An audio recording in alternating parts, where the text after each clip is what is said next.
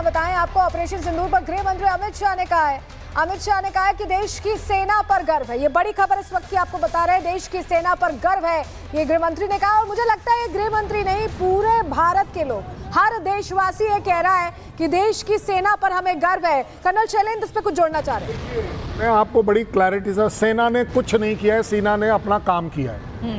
और ये जो गर्व होना चाहिए ना, मुझे आप चारों पर गर्व होना चाहिए, 140 करोड़ पर गर्व होना चाहिए, मुझे सरकार पर गर्व होना चाहिए, मुझे मैं बड़े अथॉरिटी से कह रहा हूं कि मीडिया पर गर्व होना चाहिए हमें आज की तारीख में कि हमने अपनी ये स्ट्राइक जो एज अपना काम करने के तौर पर करी है। रक्षा मंत्री राजनाथ सिंह के घर से उनका काफिला निकला है। एक तरफ एनएसए अजीत डोभाल कुछ देर पहले प्रधानमंत्री नरेंद्र मोदी से मुलाकात करने के लिए पहुंचे, गृह मंत्री अमित शाह ने सेना की तारीफ की है, सेना की हौसला अफजाई की है, और अब रक्षा मंत्री भी अपने घर से निकल चुके हैं। तस्वीर दिखा रहे हैं सर। नहीं देखिए, मैं आपको बड़ी करेक्ट बात, किसी फौजी से पूछ लो, किसी स्ट्रैटेजिस्ट से पूछ लो, सेना सिर्फ अपना काम करती है। सर ये बड़प्पन है? नहीं, बड़प्पन नहीं है। ये बड़प्पन मेरी 140 करोड़ का है, जिसको कभी हम एक्नॉलेज नहीं करते।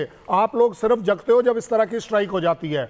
मीडिया जिस तरह से इस बात को इस समय उठा रहा है, आपके लाइव एग्जांपल है कि उनके पार्लियामेंट में वो बोल रहा है अर्नब ने डिक्लेयर कर रखी है वॉर। भाई अर्नब ने अगर डिक्लेयर कर रखी है तो तू क्यों बोल रहा है?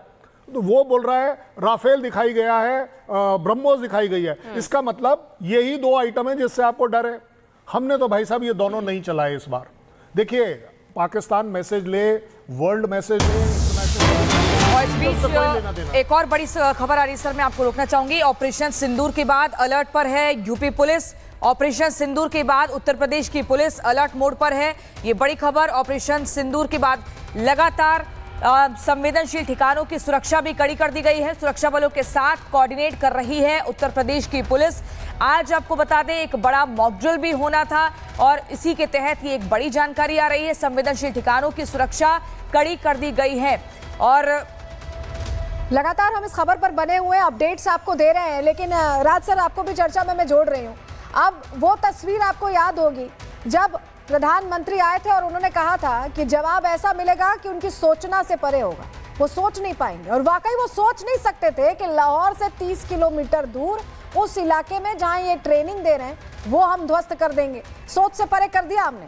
बिल्कुल सोच से परे किया। आप देखिए कि एकदम मिडनाइट में, और पाकिस्तान के जितने भी सर्विलेंस थे, जो भी उनकी बिल्डअप था, उसको ऑफ गार्ड पकड़ा इंडियंस ने, और अपने जो टारगेट पोजीशन थी, जो एरियाज थे, उस पर हिट किया है, और वो कुछ नहीं कर पाया उसको रोकने के लिए। सबसे मजे की बात यह है सर कि ये सोच रहे थे कि आज भारत में मॉक ड्रिल होने वाली है, हमने एक्चुअल ड्रिल कर दी है। बिल्कुल, और ड्रिल वो उनके लिए हो गई है। अब उनको मॉक ड्रिल करनी है कि अब क्या करा जाए इसमें।